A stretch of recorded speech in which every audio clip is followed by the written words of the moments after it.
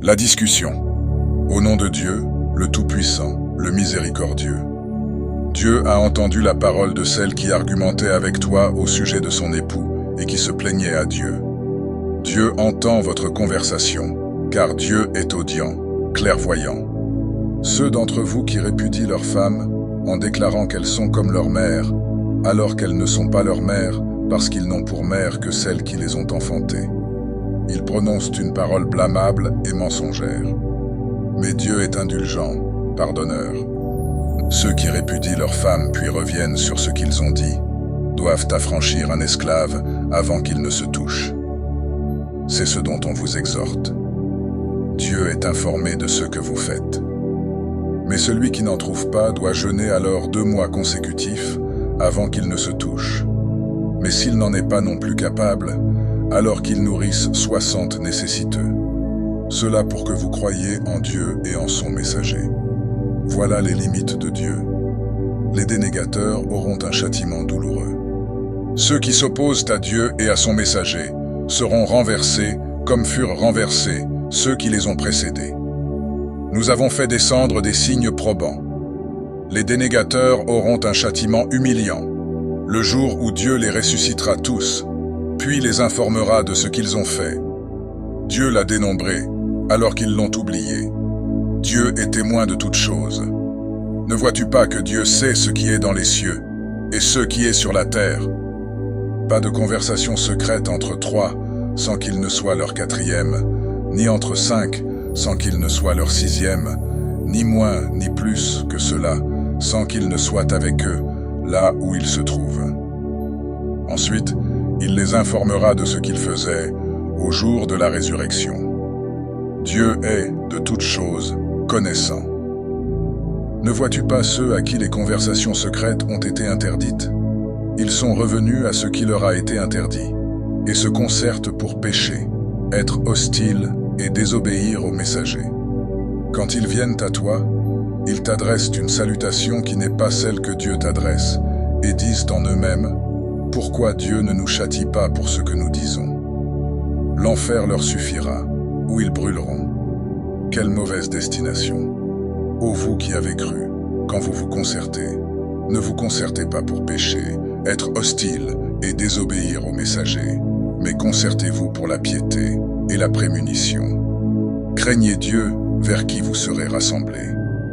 La conversation secrète provient du diable qui veut affliger ceux qui ont cru. Mais il ne peut leur nuire en rien sans la permission de Dieu. C'est en Dieu que les croyants doivent placer leur confiance. Ô vous qui avez cru, quand on vous dit « faites place » dans les assemblées, alors faites place. Dieu vous fera une place. Et quand on vous dit « levez-vous », alors levez-vous. Dieu élèvera en degrés ceux d'entre vous qui ont cru et ceux à qui le savoir a été donné. Dieu est informé de ce que vous faites. Ô vous qui avez cru, quand vous avez un entretien privé avec le messager, faites précéder cet entretien privé d'une aumône. Cela est mieux pour vous et plus pur. Mais si vous n'en trouvez pas, alors Dieu est pardonneur, miséricordieux. Appréhendez-vous de faire précéder d'aumône votre entretien privé? Si vous ne le faites pas, et Dieu a accepté votre repentir, alors accomplissez la sala, donnez la zakat, et obéissez à Dieu et à son messager. Dieu est informé de ce que vous faites. N'as-tu pas vu ceux qui se sont alliés à des gens contre qui Dieu s'est mis en colère? Ils ne sont ni des vôtres, ni des leurs. Ils jurent mensongèrement, alors qu'ils savent. Dieu leur a préparé un sévère châtiment. Mauvais était ce qu'ils faisaient. Ils ont pris leur serment comme bouclier et détourné du chemin de Dieu. Ils auront donc un châtiment humiliant. Ni leurs biens, ni leurs enfants ne leur seront d'aucune utilité contre Dieu. Ce sont les compagnons du feu, où ils demeureront éternellement. Le jour où Dieu les ressuscitera tous, ils lui jureront alors comme ils vous jurent à vous-même, pensant que cela vaut quelque chose.